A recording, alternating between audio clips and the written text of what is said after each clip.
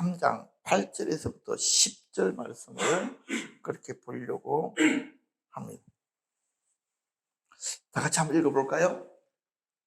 그들이 그날 바람이 불 때 동산에 그늘치는 여호와 하나님의 소리를 듣고 아담과 그의 아내가 여호와 하나님의 낯을 피하여 동산 나무 사이에 숨은지라. 여호와 하나님이 아담을 부르시며 그에게 이르시되 내가 어디 있느냐? 이르되 내가 동산에서 하나님의 소리를 듣고 내가 벗었으므로 두려워하여 숨었나이다. 아멘. 아담과 하와가 하나님의 말씀을 어기고 선악과를 따먹음으로 말미암아 가장 큰 것을 잃어버리게 됩니다. 그것이 무엇입니까? 하나님의 형상을 잃어버리게 됩니다. 하나님께서 원래 창조하신 사람의 모습은 지금 우리랑은 달랐습니다. 우리는 타락한 아담의 후손의 모습을 가지고 있습니다. 자, 그런데 말입니다. 아담이 하나님의 형상만 잃은 것이 아니고요. 소속이 바뀌어져 버리게 되어졌다. 하나님의 소속에서 마귀의 소속으로 바뀌어버린 것입니다. 문제는 이 사실들을 잘 이해를 못합니다. 사망이 왕으로 역사하게 되어졌다. 사망의 권세를 어둠들이 가지고 주장하기를 시작했다. 그렇게 말하고 있습니다. 그래서 많은 사람들이 이렇게 이야기를 하죠. 나는 하나님의 소속은 아니지만 마귀의 소속은 절대로 아니야. 이렇게 이야기를 합니다. 그러나 그것은 몰라서 그렇습니다. 바울은 분명하게 에베소서 5장 8절에 이렇게 이야기합니다. 너희가 전에는 어둠이 있더니 이렇게 이야기합니다. 무서운 말입니다. 그렇죠? 너희는 이전에 누구 소속이었다고요? 마귀의 소속이었더니. 우리 이렇게 이야기합니다. 아니야, 우리 마귀 싫어해. 내가 마귀의 편이라니 말도 냄새하지 마. 우리는 어둠 속에 살았습니다. 세상에 취하여 살았습니다. 세상을 목적으로 하고 살았습니다. 그게 어둠에 있다는 증거요. 그것이 마귀에 소속되어 있다는 증거입니다. 그래서 우리가 어떤 선한 행동을 해서 구원받는 것이 아니라 그 아들이신 예수 그리스도로 말미암아 구원을 받을 수밖에 없는 유일한 한 가지 길, 그 길밖에 없다. 지금 우리가 믿고 있는 진리가 바로 이것입니다. 자, 오늘 이렇게 말씀을 쭉 보니까요. 그들이 그날 바람이 불 때, 자, 여러분, 여기 보니까요. 그들이 그날 바람이 불 때 이렇게 되어져 있는데요. 참 이게 개역 성경을 보면 날이 서늘할 때, 공동번역에 보니까요. 그날 바람이 불 때라고 그 앞에 뭐가 싹 들어가 있느냐니까 날이 저물어 선들 바람이 불 때. 저는 이것이 더 정확하다고 생각하는데요. 낮의 시간이 지나고 밤의 시간이 오는 바로 그때, 이렇게 여러분들이 이 말씀을 이해하시면 좋겠습니다. 해가 지고 어둠이 깔려오는 전환의 시간입니다. 저는 이걸 읽으면서 어떤 느낌이 드느냐니까요. 아담의 운명이 변화되고 있구나. 아담이 낮의 삶을 살다가 어떻게 되어진다고요? 밤의 삶으로 전환되어지는 시기 가운데 서 있구나. 낮의 사람이었던 아담이 밤의 사람으로 변화되고 있구나 하는 것을 알게 됩니다. 하나님이 이 시간에 에덴 동산을 어떻게 하셨다고요? 거닐고 계셨습니다. 아마 산보를 하셨나 나는 그렇게 생각을 합니다. 그런데 그때 그 소리를 듣고 아담과 하와가 여호와의 낯을 피하여 동산 나무 사이에 숨게 됩니다. 여기 적혀있네요. 날이 서늘할 때. 아담과 하와가 하나님의 낯을 피한지라. 무엇 때문에 낯을 피하게 됩니까? 아담과 하와가 두려워서 피하게 됩니다. 그런데 왜 두렵습니까? 왜요? 무엇이 아담과 하와로 하여금 두려워서 하나님을 피하게 만듭니까? 죄 때문에. 하나님은 두려우신 분이 아니신. 그런데 아담 속에 있는 죄가 하나님을 두려워하기 때문에.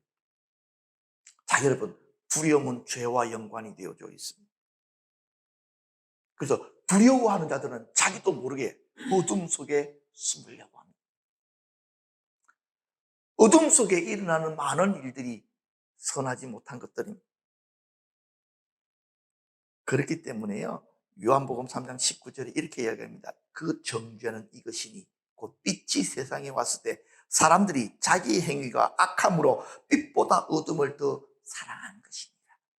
악을 행하는 자마다 빛을 미워하여 빛으로 오지 아니하느니 이는 그 행위가 드러날까 합니다.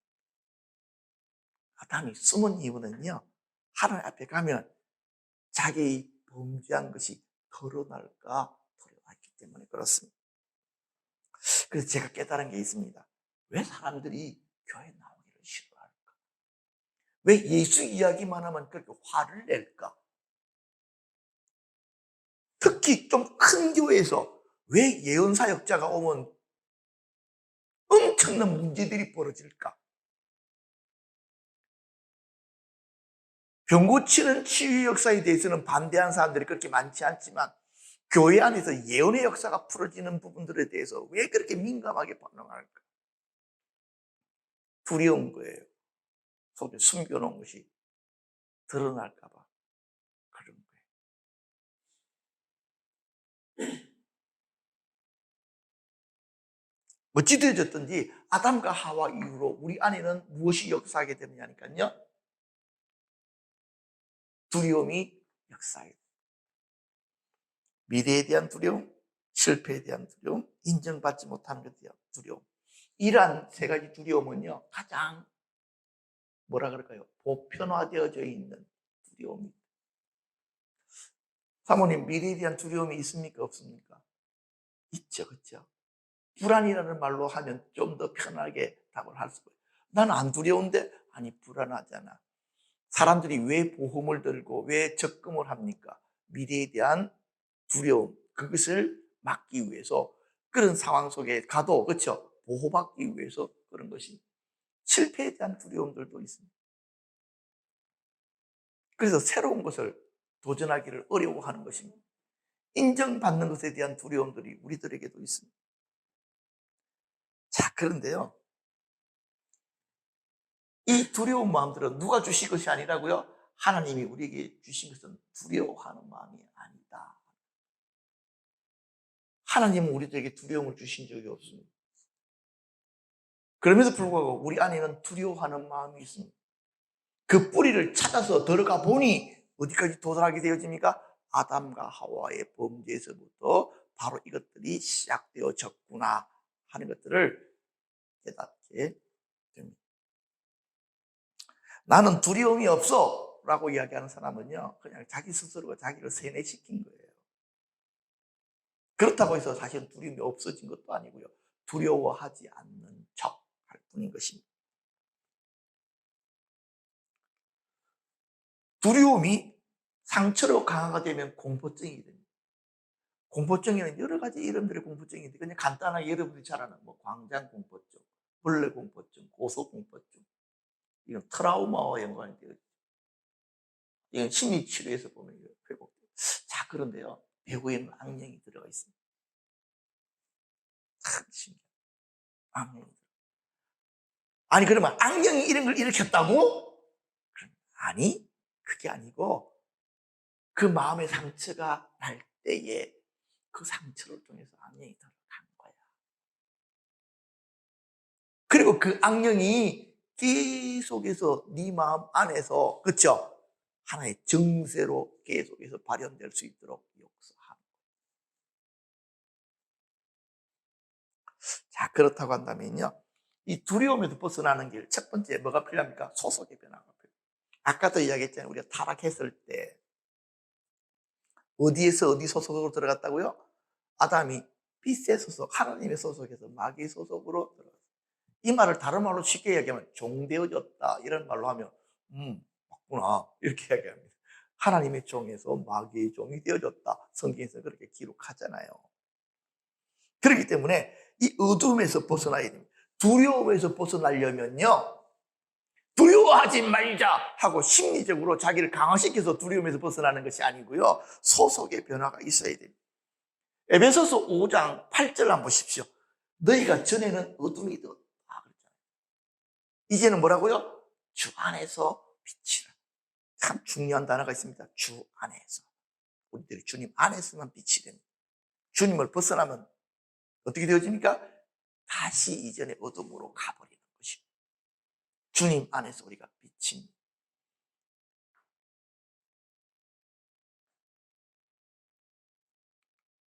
그리고 빛이 되려면은 예수님 그분이신 빛이신 참빛이신 그분을 우리들이 영접하고요, 그분을 따르기 시작해요. 그렇게 되어지면 얻는 열매들이 있는데 착함과 의로움과 진실함이 있다 말씀합니다. 두 번째요,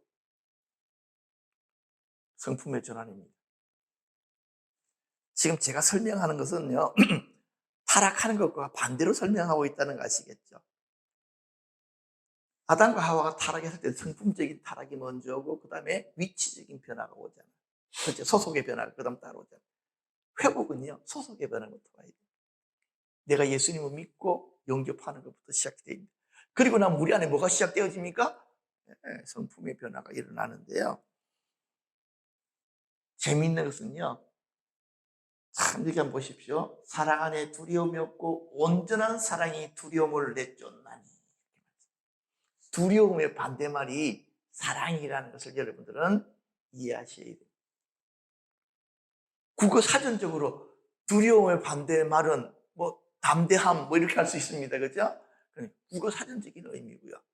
영적인 의미로는요, 두려움의 반대말은요, 사랑입니다. 사랑 안에는 뭐가 없기 때문에? 두려움이 있기 때문에. 그 예들을 우리가 많이 보잖아요. 인터넷 유튜브에 보니까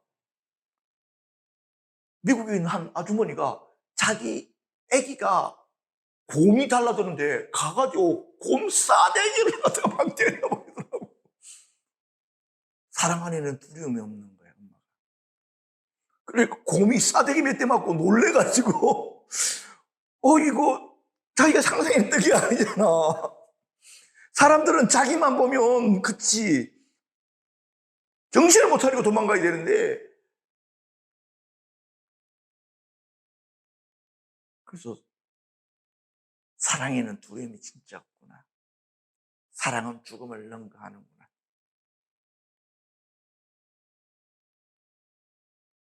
참 우리 안에 하나님의 사랑이 이렇게 부어지면 우리가 치유받잖아. 우리 마음에 있는 상처들, 우리 마음에 있는 어떤 상처들이라 할지라도 치유를 받거든. 하나님의 사랑이 우리를 치유하십니다. 하나님의 사랑이 우리를 담대하게 하십니다. 하나님의 사랑이 우리를 용감하게 하십니다.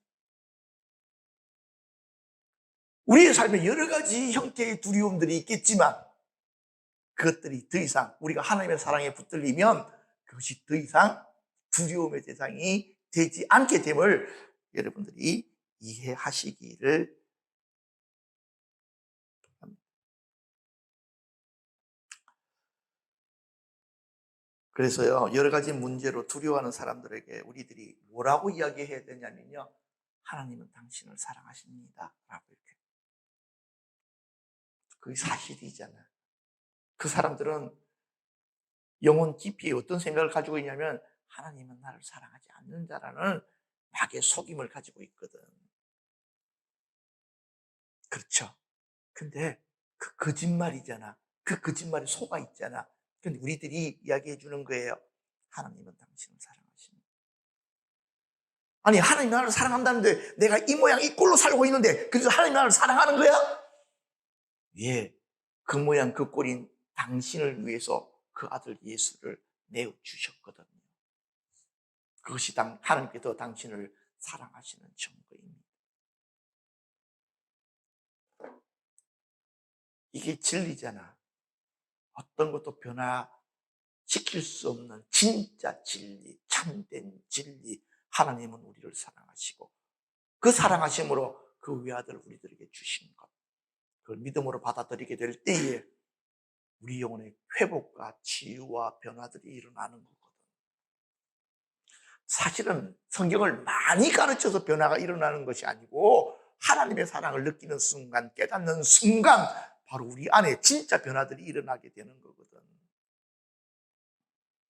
그리고 나는 세상 살아나기에 너무나 약해, 너무나 두려워, 너무나 힘들어 했던 그런 사람들도 하나님의 사랑이 부어지고 치유받으면 하나님께서 나를 통해서 이 땅에 행하실 일이 있구나, 나를 통해서 구원받아야 될 자들이 있구나 하는 것을 깨닫게 되는 거거든.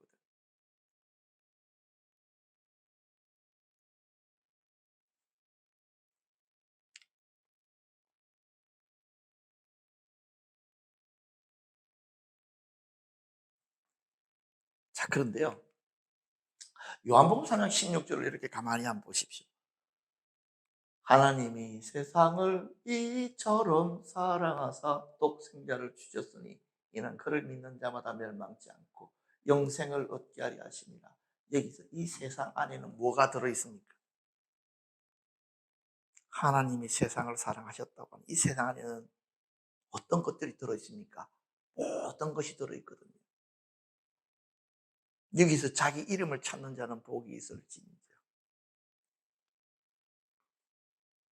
자, 그런데 말입니다. 이 하나님이 사랑하신 세상은요, 아름다운 세상이 아닙니다.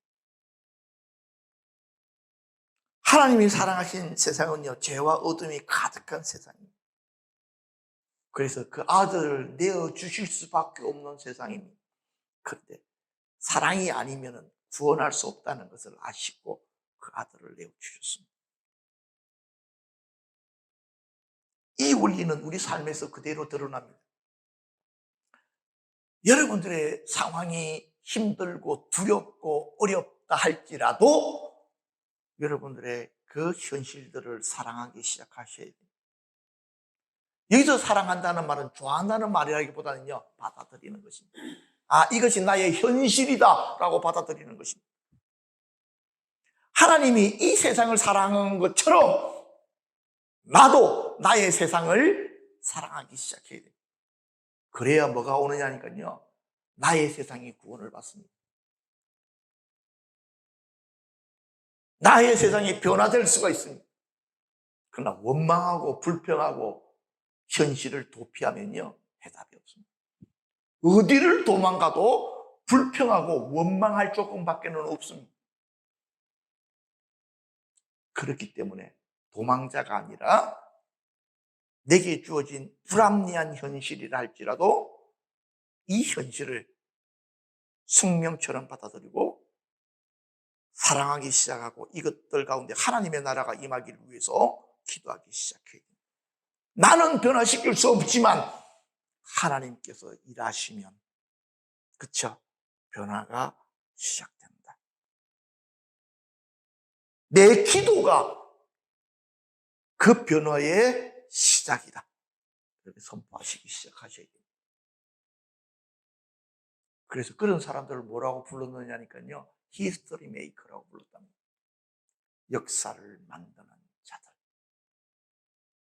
그 사람들은 도피자들이 아니라 정말 불합리한 어려움들을 겪으면서도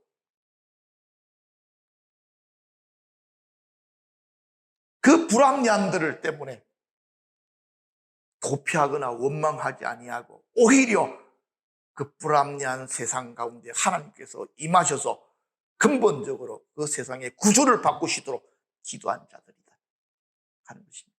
그것이 우리가 세상을 살아가는 방식이다 하는 것들을 우리들이 꼭 이해했으면 좋겠습니다. 자, 계속해서 말씀을 좀 더 다루십시다. 나무 뒤에 숨은, 참 성경을 보면요, 하나님의 낯을 피했다라고 되어 있잖아요. 요나도 보니까요, 하나님의 얼굴, 하나님의 낯을 피하여 도망갔다. 여러분은 하나님의 낯을 보는데 부담감이 없습니까?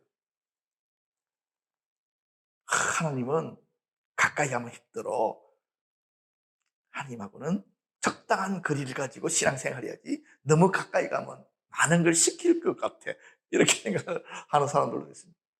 그런데 여러분, 하나님께 가까이 나아가는 것이 복입니다. 하나님께 가까이 나가는 것이 위대함의 척도가 됩니다. 하나님의 위대한 사람들은요, 하나님과 가까운 자들이었습니다. 여러분들의 삶이 위대해지고 싶다면요, 하나님과 가까이 하시기를 바랍니다. 그러나 많은 사람들은요, 하나님하고 적당한 관계를 유지하고 싶어 합니다. 그래서 그들의 삶에는 특별함들이 나타나지 않습니다.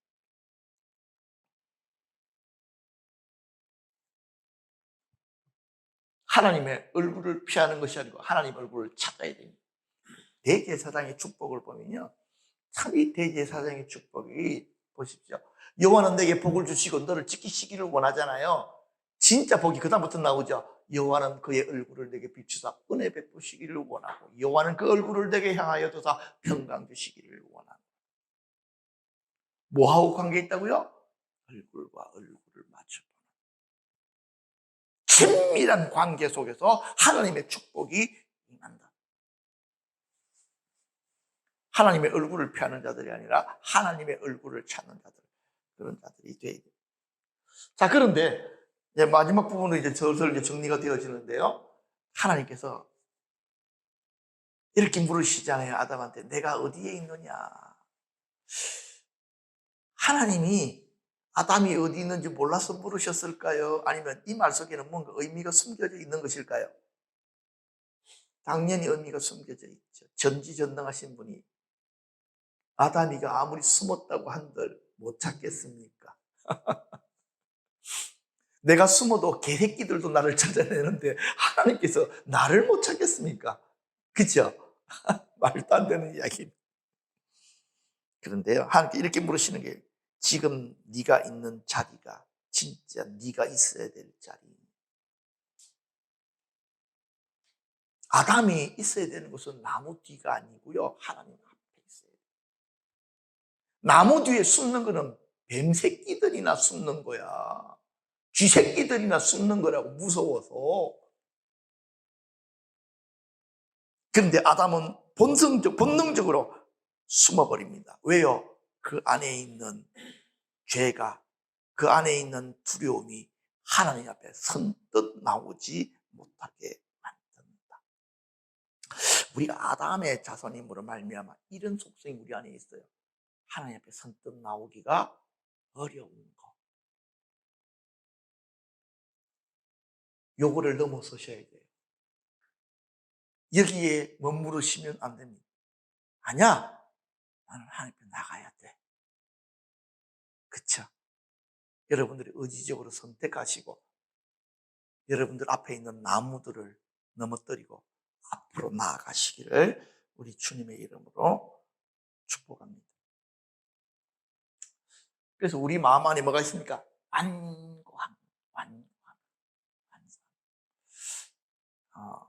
진짜 그렇거든요.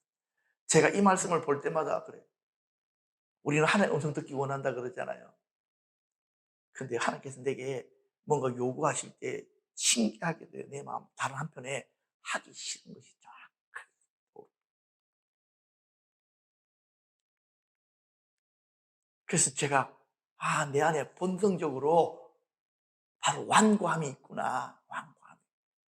말 듣기 싫어하는 특성이 있구나. 특히 나는 그게 더 많은 것 같아요. 말 잘 안 듣는. 사모님 그렇죠. 뒤에서 머리를 끄덕거립니다. 맞답니다. 마지막 부분을 좀 보시죠. 변명. 벗었으므로 두려워 숨었나이다. 이게 문법적으로 맞아요, 틀려요?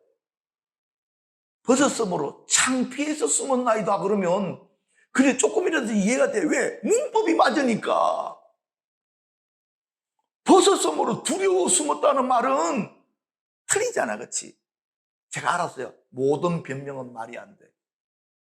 자기는 이해가 돼서 변명하는 거야. 막 이랬어요 그러는데 말이 안 되잖아. 아이들이 부모 앞에서 변명하는 거 한번 들어봐봐. 그 이치에 맞아 안 맞아? 안 맞아. 지들 딴에는 막 머리 굴려가지고, 그치? 변명한다고. 막 변명한다고. 왜 그쪽에 있었지? 예. 이랬습니다. 부모님들도 싫어하잖아. 듣기 싫어하잖아요. 그런 거짓 변명이라기보다는 자기들 나름대로 자기 일을 다 변호하기 위한 변명들 하지만 하나님 이거 더 싫어하죠.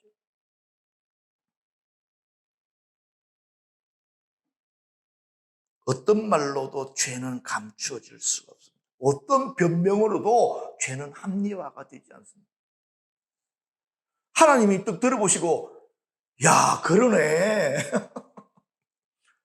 그럴 수밖에 없었네.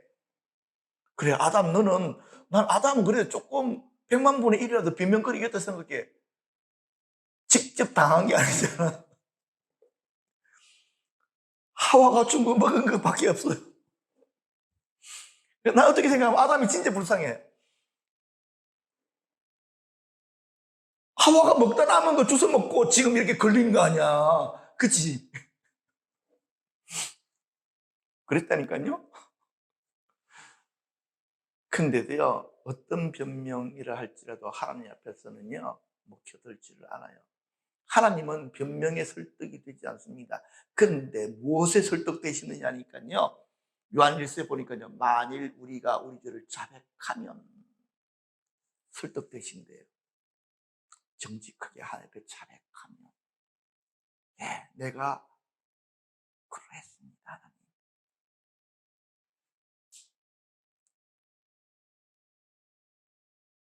하나님, 제가 죄인입니다. 하나님, 제가 몹쓸 놈이 맞습니다. 그런데 하나님의 자비하심으로 나를 용서해 주십시오. 이것이 정답입니다.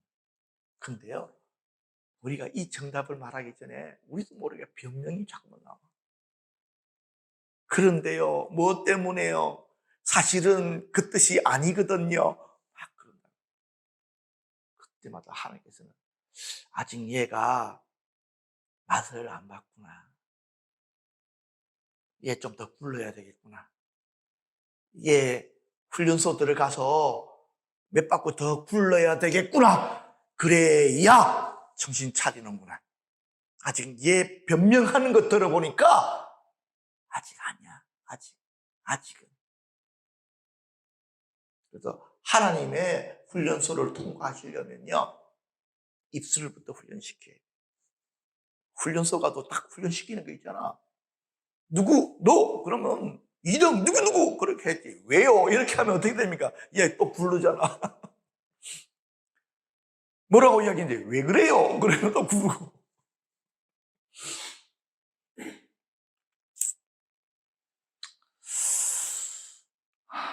두려움은 옛사람의 것입니다. 이 옛사람이 우리를 통치하지 못하도록, 특히 옛사람이 어떤 두려움을 통해 가지고 우리들을 어둠 속에 숨게 만드는, 지금 그렇게 하거든요. 그것들을 우리들이 어떻게 한다고요? 거절하기 시작해야 됩니다. 나는 이전에는 어둠이었지만 그러나 이제는 주 안에서 나는 빛이다. 아멘. 네. 이전에는 나의 허물과 죄 뒤에 그것을 감추기 위해서 숨으면서 살아왔지만 그러나 이제는 더 이상 그런 삶을 살지 않겠다. 이러한 깨달음들이 오늘 우리 모두에게 더 풍성하게 드러나기를 바라고 기대합니다. 진리를 알지니 진리가 너희를 자유롭게 하리라. 아멘. 우리가 이 시간 다 같이 한 동성으로 기도하고 마치겠습니다. 그런데 이런 마음이 좀 들었어요. 어떤 마음이 들었냐니까, 우리 교회에 뭐라 그럴까, 어떤 어두움들이 이렇게 조금 덮어요. 그래서 하나님께서 주신 것들이 이렇게 드러나지 못하도록 그런 움직임들이 좀 강하게 있습니다. 그래서 그것들이 열려지고 돌파되어질 수 있도록 돌파하는 기도 다 같이 한번 통성으로 할 수 있도록 하겠습니다. 다 같이 한번 기도하겠습니다. 사랑하시는